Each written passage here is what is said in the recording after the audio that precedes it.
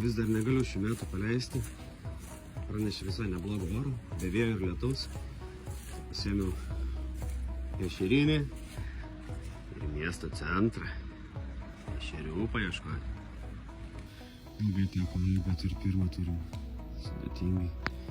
Čia bus šiandien. Panašu, reikėjo atrasti pravedimui ir vietą.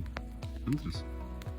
3, 4, 5, 6, 7, 8, 9. Toks netikėtas.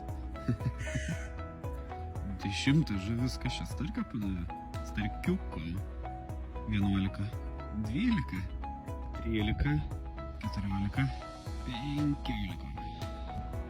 Ir užbaigiam šiandienos žūklę.